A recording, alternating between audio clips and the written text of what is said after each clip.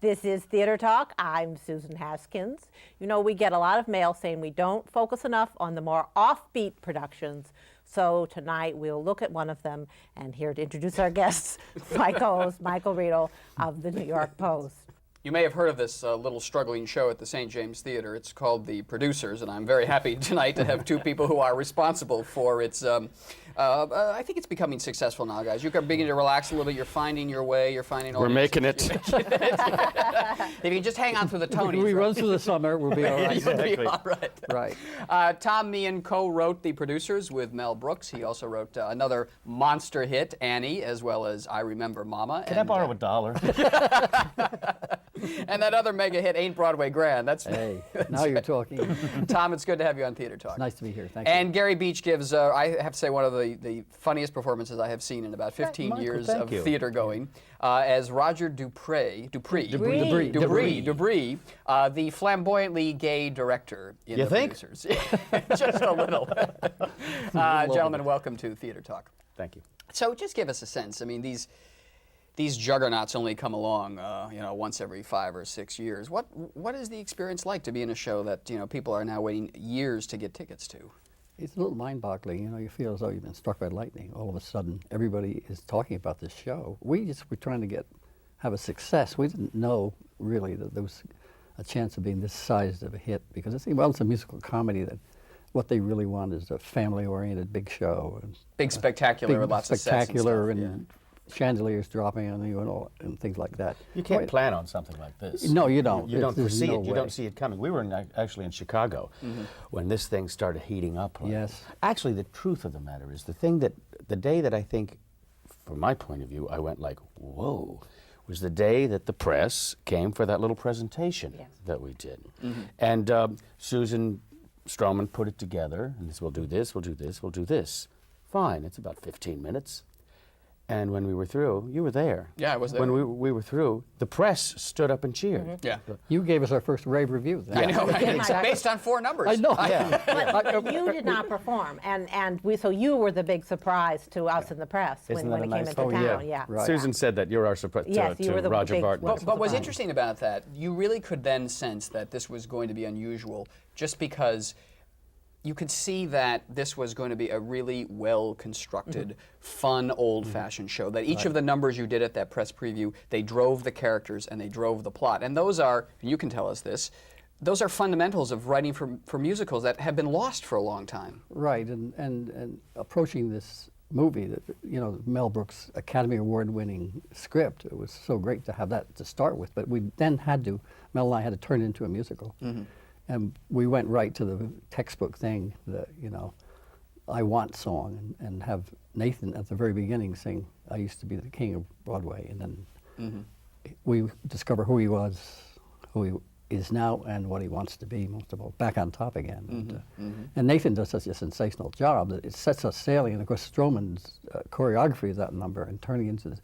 When Mel and I originally wrote the scene and he wrote the song, the idea was that there'd be about 3 people there with him, and it would be like a late at night and a couple of hookers and a cop, and that was it. And Stroman brings the entire cast on. You go in this wild Russian, gypsy, Jewish numbers. it's so crazy. He and so sings a much, lot of it from a trash can. That's right. it's so much fun, That's that right away people are smiling and laughing, and there are jokes built into it. He has 3 or 4 jokes that he tells, and they all land, and we're getting laughter and fun, and we're telling the story. We know who he is.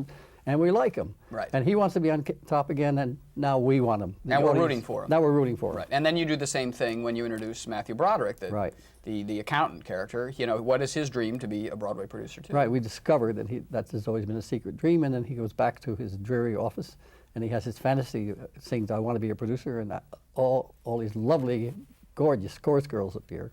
Yeah. That's why I'm in the business for that. Yeah. Now, one of the interesting things about adapting it from the movie is that in the movie, your character, the guy who plays Hitler, is this LSD. LSD, right? Dick Trauna was great. Right, and that would be just too dated now, and you've given it a twist. Yeah. They've given it a magnificent twist. When I first got a call about this, I did the reading of this. Yeah.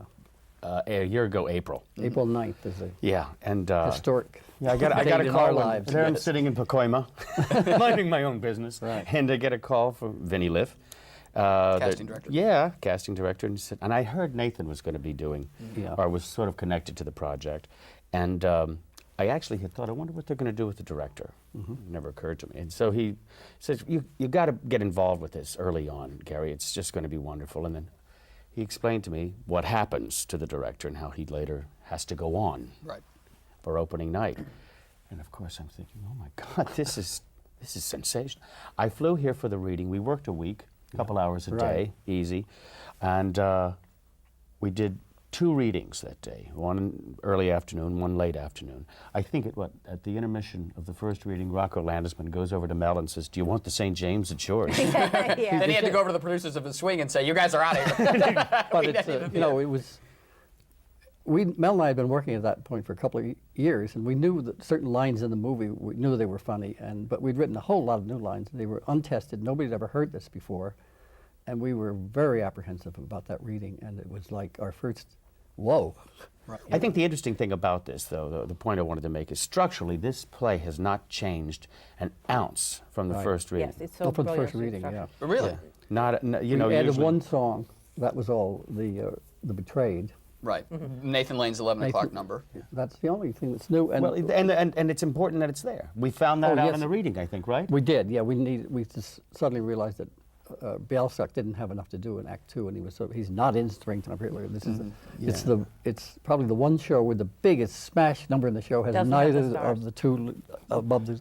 That's right. we You have a are the star- star. he You are is the the star of the Springtime But for he is Hitler the number. star too. I mean, his in the name should be reading- up there. Yeah, in the reading, I mean, what's so remarkable about you in that Springtime for Hitler number is the way you move and the way you sing. Oh, You yeah. combine Jimmy Cagney and Judy Judy Garland. Garland. And Ethel You're Merman. Faye two Templeton. great- And you know what? All As of much them. credit as you want to give the scriptwriters, that's not in the script, No, right? I mean, that's do you you. give credit for the performer here? That's- Oh, uh, absolutely. Miss It's a Stroman. sensational performance. And didn't you Stroman's- come up with the Garland thing? Well, that sort of came out of the. I remember the day it happened. It came out of the music department, really. We should explain that at Glenn one point Kelly. your character as Hitler, a Yes, gay sits- Hitler, Yes, sits on the edge of the stage and engages the audience in. like Judy Garland at the Yeah. Palace. Judy Garland at Yeah. the Palace. And we actually in the reading, Glenn was playing, and I said, "You know what you're doing? It sounds like Howdy Neighbor from I've forgotten the movie, the Judy Garland. Oh, movie. yeah, Summer. And he said, "Yes, Stockholm. I sort of like that." And so I'm singing, and Mel is standing there watching, and he says, "Are you doing Judy?" Oh, yeah, right. And I said, "I'm trying." He says, "I love it." Yeah, And the seed was planted. right. And right. then we started talking about, oh my God, I could sit on the edge of the stage. Yeah. Oh my God. This all evolved in rehearsal, and then Glenn threw in this kind of mock version of Over the Rainbow. It's almost Over the Rainbow. It's different notes, but it sounds like. But like any, And that sets it off. great And then musical. Gary took it and ran with it. It's sensational. it's to be allowed to do something like that. You don't, when you're working with people of the caliber that we had on this show, you were encouraged to be good. Right. It wasn't, no one felt threatened. Now, I remember your character is interesting in this because, I mean, it's so over the top gay, that character. Yeah. I remember at one point when you were in Chicago talking to Mel Brooks, and he was a little concerned about will there be, you know, a politically correct backlash Yeah, against the we way we're worried about portraying that. homosexuals. Did you worry about that? When we're working on the show, that came up a lot. And, you know, here's a number that's called "Keep It Gay." This entire group of gay guys I hope taking we don't offend stage. anybody. So you know, it seemed as though possibly we're going to have pickets out in front of the theater, but never at all. I mean, I think It was the embraced. gay community, if that's the right phrase, has embraced it. They love it. I mean, Yeah. I think.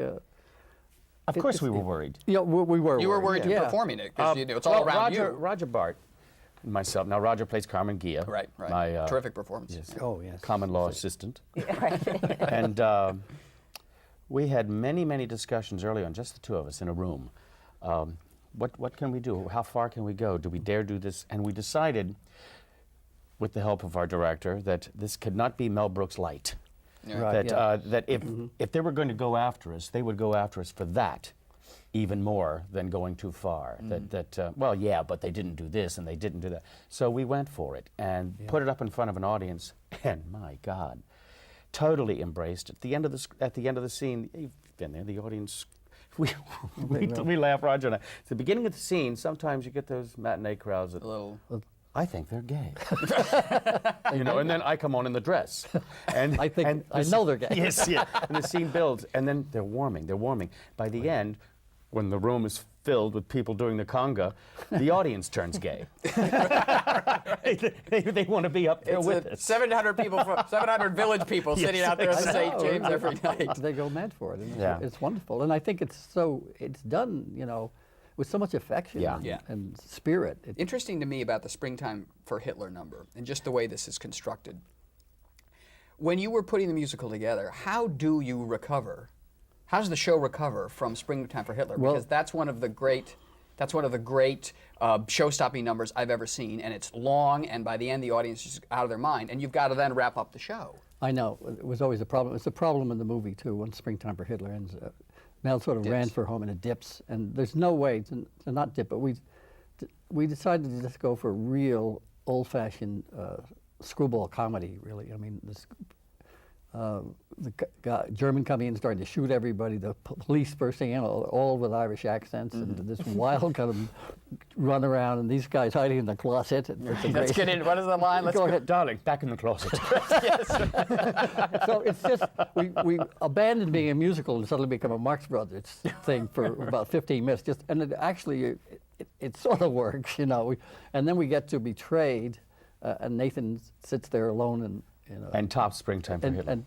and does it. He stops the show every night. Yes. It's With that. sensational. Yeah. And then we go consciously to a softer moment to do Till Him, a real emotional song. Bond these guys. Some people say the show takes a dip there. Yeah, it did. It's supposed to, actually. Right. And then we go for Home with Prisoners of Love. Right, and then of course you send the audience out with those. We won't give it away, but those fabulously hilarious signs at the end of all their new productions, which are takeoffs of all the Well, of Broadway course, shows. in the movie, they end up in jail. And right at the beginning, I said to Mel, "Wait, Musical comedy can't end with musical leads comedies in don't end up in jail." They say he wants to be king of Broadway. He wants to be a producer. We got to have them win, and Right. so they do. Right. And they're the kings of Broadway. Now, he's such a modest guy and a modest writer, but it's fair to say that he deserves a lot of credit for shaping the show, putting it together. I think if Mel were sitting in this chair, he would He say, wouldn't give him any credit. Oh, yes, he Tom would. who? No, not at all. He's great about it. He's so generous. The with one that. thing Mel has said over and over again, that this is the man who knows structure, this is the man who knows how to build a musical comedy script, which is not like anything else in this business, a musical comedy script. He knows it. I mean, I always thought Annie was probably the perfect musical comedy script. Yeah, beautifully constructed. Yeah, it's musical. I did that show 1,400 times. And he was great as Rooster. He was Thanks. sensational. But it never fails. Last question for you. This is what the world wants to know. How many house seats do you each have for performances to the... As of now, producers. because there's so much pressure for everything, I have two. You get two you That's get it, two. because they've taken our house seats away from us Yeah. for Tony voters and theater parties and Yeah. and it's all of it. I have friends I'd sort of forgotten about. Those are the same friends I have. But I have two tickets and 2,000 requests. Right, people coming out of the woodwork. It's really, but Well- they're all friends. Yeah, right. Listen, it's a great show, really one of the funniest I've ever seen, and your performance in it is terrific. It is. Michael, thank Absolutely you. That's very hilarious. sweet. Gary Beach, thank you for coming to Theater Talk, and my friend Tom Meehan, I'm happy to have you here too. Right. Meet you. Otherwise, else the bar and Joe Allen's. Yes, that's Let's not go there yet. Cut The sun is still out. Gentlemen, thank you very much.